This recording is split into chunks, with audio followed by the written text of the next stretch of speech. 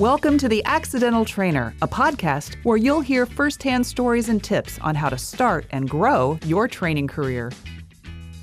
Hello, everyone, and welcome back to another episode of ATD Accidental Trainer Podcast. I'm your host, Alexandria Clapp, and today we have with us Neil Thompson. Neil is the founder of Teach the Geek and works with technical professionals to present in a non-technical way. Welcome, Neil.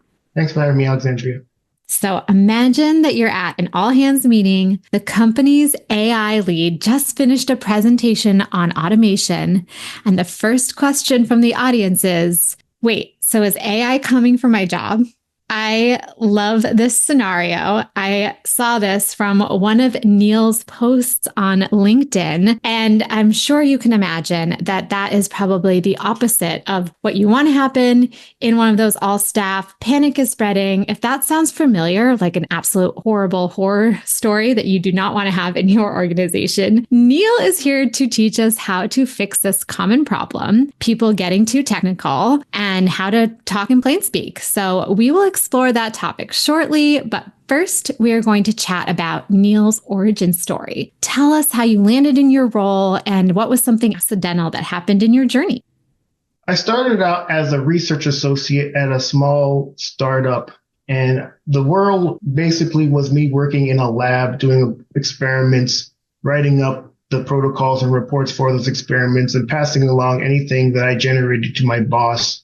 And he would present it to whomever he was going to present it to. And I didn't mind that arrangement at all at the time. It wasn't until I took my second job at a medical device company as a product development engineer did I have to think about presenting in front of others. Although I'll say that I didn't know that was going to be the case. When I took the job, I thought it was going to be very similar to the job I had before at the startup. A few months into the job, my boss called me into his office and told me I was going to be a project lead. Well, what's a project lead? Essentially, it was somebody who had the role of a project manager, but didn't have the title. And one of the roles in that job was giving presentations on project status to senior management on a monthly basis. So we're talking the CEO, COO, CTO, C fill in the blank O, all the C's, in a conference room listening to project leads talk about their projects and any updates they have. And those first few presentations I gave were absolutely horrendous. And they were bad because I knew I was getting questions after the presentation that I thought I had answered during it. And once that happened the first time, you would have thought I had learned my lesson, but I didn't. After the first one or second or third or fourth, it wasn't until my project got canceled that I realized, well, maybe this is something I need to get better at, presenting in front of people. And so I did that. I looked for opportunities to improve. I joined Toastmasters. It's an international organization, for those of you all that don't know, that helps people with their public speaking skills. I now look for opportunities to present as opposed to when I had that first job when I was looking to pass it along to anyone who would take it. And essentially what ended up happening is I got a lot better at communicating with others. But the whole idea of developing Teach the Geek wasn't something that I initially thought. It was actually more accidental than anything. It definitely wasn't purposeful, but it was me looking at other people give presentations and noticing, well, they're not all that much better at it than I was, especially when I was struggling at it when I worked at that medical device company. So I thought maybe there's something here. I could help people like myself, people that come from the technical fields, engineers, scientists, etc., with their speaking so that they don't have to get their projects canceled like I did. So that was really the genesis of Teach the Geek, me helping people like myself with their speaking. Awesome. Well, it's a beautiful bridge into our conversation today. Man, if you are in charge of having to do regular presentations in front of C-suite and senior leaders, that's intimidating. And it made me think about maybe the challenge of presenting other topics, even if they're not technical. And maybe this is just a me thing. I'm sure for folks listening where you get bogged down into the details and down into the weeds. So maybe there's something there as well. But you have worked with countless technical professionals. You were one yourself for helping others work on their presentation skills. What is the biggest challenge for why folks struggle? And are there any misconceptions about technical skills and being able to translate that? I think the biggest thing is once you become that technical person, you just assume that what you know other people can grasp as easily as you can.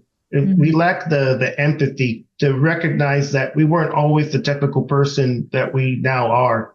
We were once non-technical. In most instances, we went to school, got a technical degree, and then started out in the workforce with a technical role and advanced our expertise with time. And so that by the time when anyone cares to hear anything about what we have to say, we just assume, well, I know all this stuff. I know all these words. Why don't you? We need to remember back to that person we were before we were technical. How would we have wanted to be communicated with back then, as opposed to the technical person that you now are? And I think a lot of us forget that, especially the longer we are in these technical roles. I love it. And because, of course, it makes me think about the science of learning. So the more that we understand something, that information becomes automated in our brain, where you're saying you forget that it's not as easy for other people to pick up. That often is the case between novice and experts with any topic, and not just a technical topic. So I think it's almost like a double whammy when it's a technical topic, because not only have you lost someone because you just know more, so you're going faster, but it's also hard because it's maybe highly technical. So there's a lot of like new language and jargon and all sorts of other things beyond just, I don't know, some non-technical topic. Oh, 100%, Alexandria. And, when we're these technical people talking, we'll use an acronym. Of course, I know what the acronym means. I've known what this acronym meant for years. So these people are going to know too. No, they're not. I mean, there have been so many instances in which I've been in an audience listening to someone give a presentation, and I have no clue what they're talking about. And I'm looking around, and it seems like the other people in the audience do know. So I'm less likely to want to ask any questions because I don't want to look foolish in front of the other people. And yet here I am as a technical person giving presentations, not remembering that, well, there's very well could be people in the audience that don't understand what I'm talking about.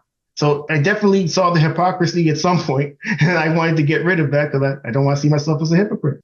Okay, I want to jump back to AI because as you and I have chatted, that is one of those sort of catch-all topics to me that I think a little bit of everyone is working on right now. No matter what role you are, organization, industry, there's something that is happening probably where a lot of organizations are working on upskilling, gaining AI literacy. So I'm curious to hear from you. I could make up a scenario, but I'm curious, maybe you have a more specific scenario for us.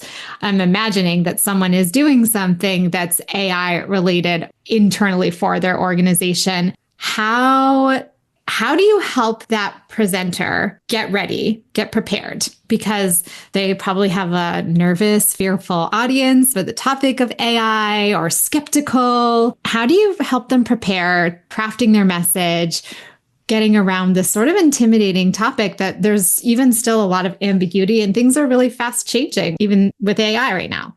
The first thing, if at all possible, is to talk to people before you actually give the presentation to find out what they want to know. Find out what their concerns are with AI specifically. And you can bake that into your presentation. And so by the time you finish it, maybe you've already answered any questions that they have. I mentioned earlier that the use of acronyms and jargon that I think a lot of us technical people tend to use and just assume other people know. When you're actually preparing your presentation and practicing it, if you find yourself using that jargon, those acronyms, think to yourself, back before you were this technical person, did you know what those words meant?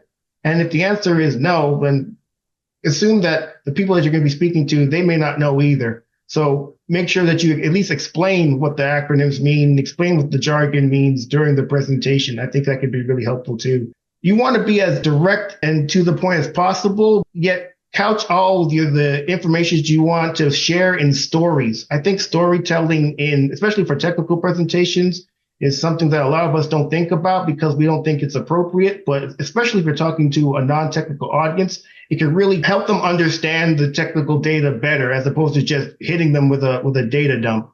Okay, I have a story for you, but then maybe you can come back with a story for me. So we had an event last year and someone showed how the large language model doesn't always give you the same information.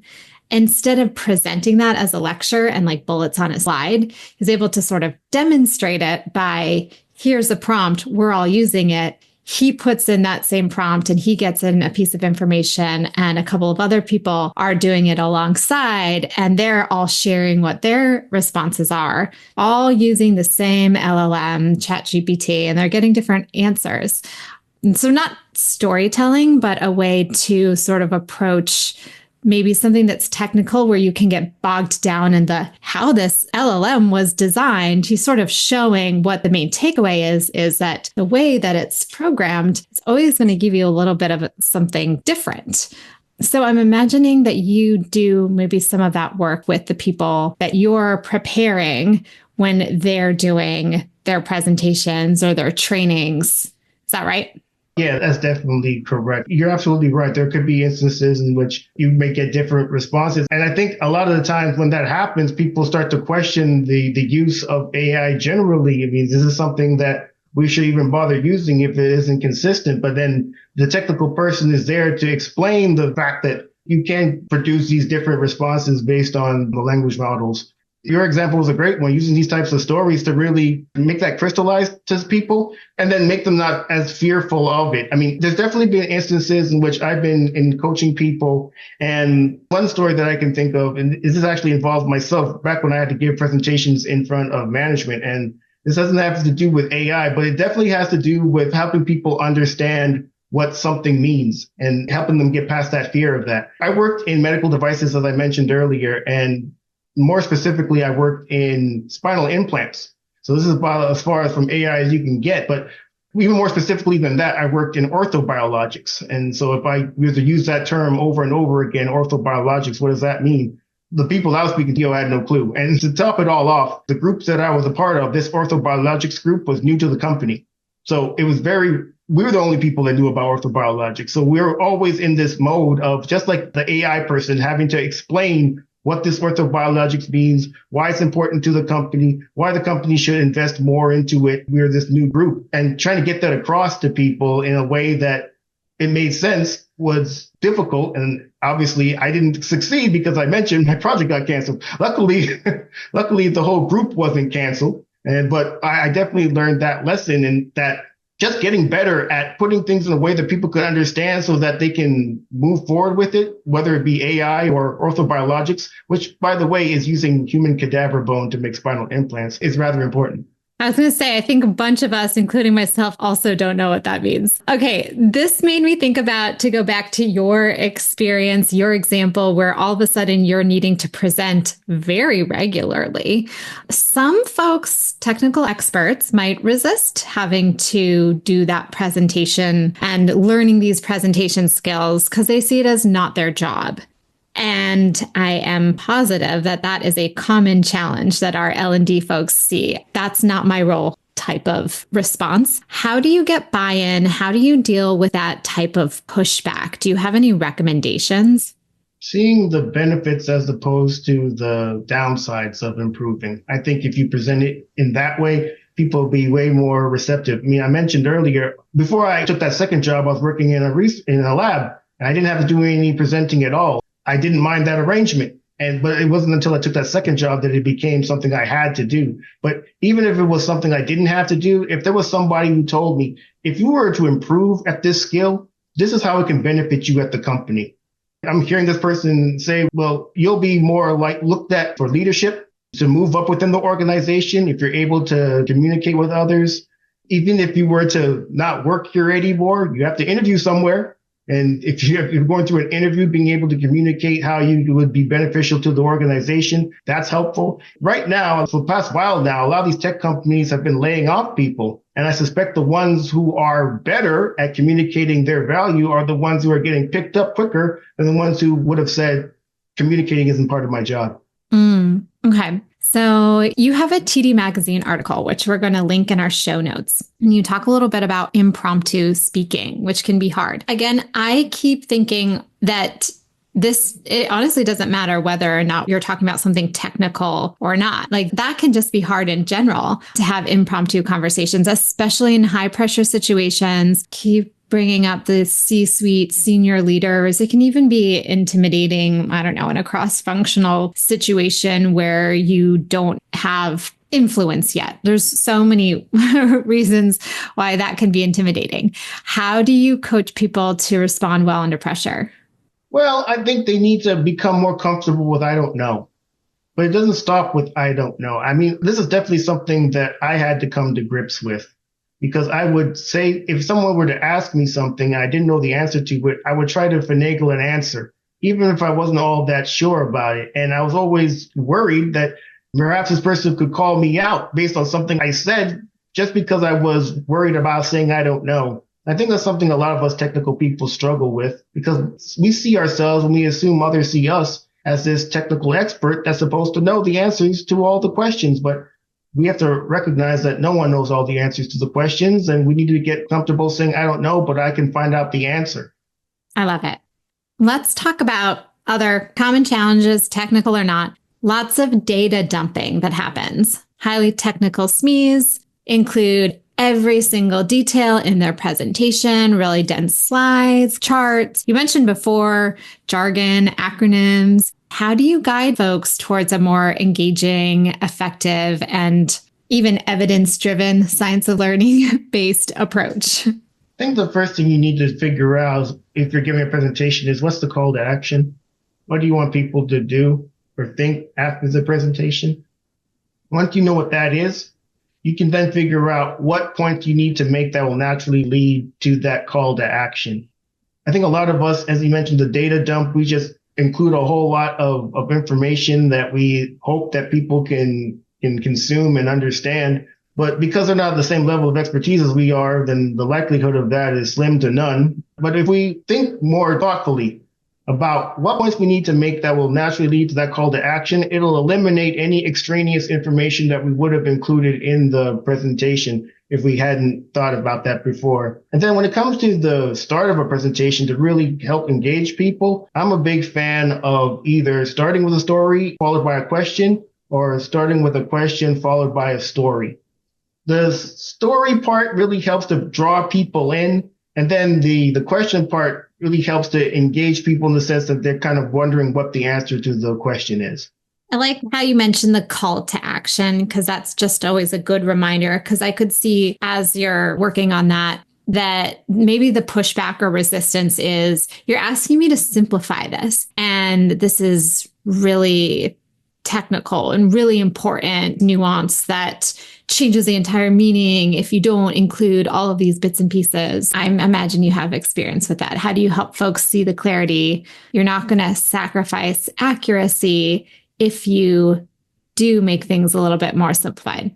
Yeah, I mean, it ultimately comes down to cognitive overload. You have to ask these technical people, have you ever been in an audience where someone's hitting you with a bunch of information you don't understand, thinking, man, this person had just done a better job at just distilling it down to what I needed to know? Well, then if that's the case, then, well, you should assume that other people have been in that same position when they listen to someone give a technical presentation. You can't just hit people with a bunch of information that they were not exposed to before and assume that they're just going to understand. It's in your best interest. It's not a waste of time on your end if you figure that out, so that the people that you want to really understand what you're talking about actually do, as opposed to you thinking, well, I need to include everything and they'll figure it out. They likely won't. We've talked about AI. You've shared a little bit of your own experiences. I'm curious about other complex topics that you've seen technical experts struggle to explain clearly. Do you have any examples of communication fails or how they could have been handled in a better way? Osteoblasts and osteoclasts. If I keep using those two terms over and over again, you probably don't know what I'm talking about. Like, what are those? Yeah. Right. And certainly that was the case with a client that I've worked with who was giving a presentation on implants that he was developing. And he kept using those terms. And after the whole presentation, the CEO asks him, what's an osteoblast and what's an osteoclast? If you didn't understand what those two terms meant, the whole presentation was completely unintelligible to the people who were listening. It was a waste of his time, a waste of the executive's time. It's really thinking about and putting yourself in those people's shoes. And ultimately, it's thinking about your audience. What is their level of expertise? Do you actually think they would know what an osteoblast and an osteoclast is? I mean, you didn't always know what an osteoblast and osteoclast is. So what are the chances that people with less expertise as you would know? And thinking about that and actually explaining what those terms meant. So I told them next time, if you're going to be using these words, harken back to that person that you were before you were that technical person. Think that person that you're presenting to, the CEO, he's just like you, that non-technical, doesn't know what these terms mean, and doesn't want to be spoken to in a way that you're speaking to them like they're foolish. Use more commonly used words. So, for instance, an osteoblast is a bone-forming cell, and an osteoclast is a bone-eating cell. Now, bone forming, eating, cell, yeah, I understand those words. Osteoblast, osteoclast, not so much. We're learning a lot of fun side facts beyond this conversation. I kind of want to build on this example where everyone who heard this conversation that didn't know the difference between those two terms has been left completely lost. I want to build on it into a scenario that I think happens a lot, which is that person is about to do that presentation again very soon. And you don't have time to help them redo the whole presentation before they're going to do it again. How do you help coach them? What's one thing that you would help them focus on? How do you kind of break it down and know that it would be overwhelming to say that was all bad? We have to fix all of that for your presentation that you're doing tomorrow. How can we start with one little win? Well, one easy win is if you're going to be using these words, explain them. And if you're not able to explain them in a way that you think would be satisfactory, at least have them written down in a glossary and pass them along to the people, pass them along to the CEO, the CTO, COO seated in his presentation. So in the event that you use the term, at least they can look down at the sheet and see, okay, that's what that word means. That's the easiest one in my mind. Yeah, I like it. If you had time to focus on a little bit more, would you go broader or would you just start with something small to start? Yeah, I think I would start with something small to start. I mean, certainly you don't want to have people think, oh, this is completely insurmountable. I had a client once, he sent me a 40-minute presentation that he gave, and he wanted me to review it. And it turns out he used the word in a 40-minute presentation about 100 times. Now, if I were to tell him you need to eliminate the use of for your next presentation, that would have been an epic fail. No way.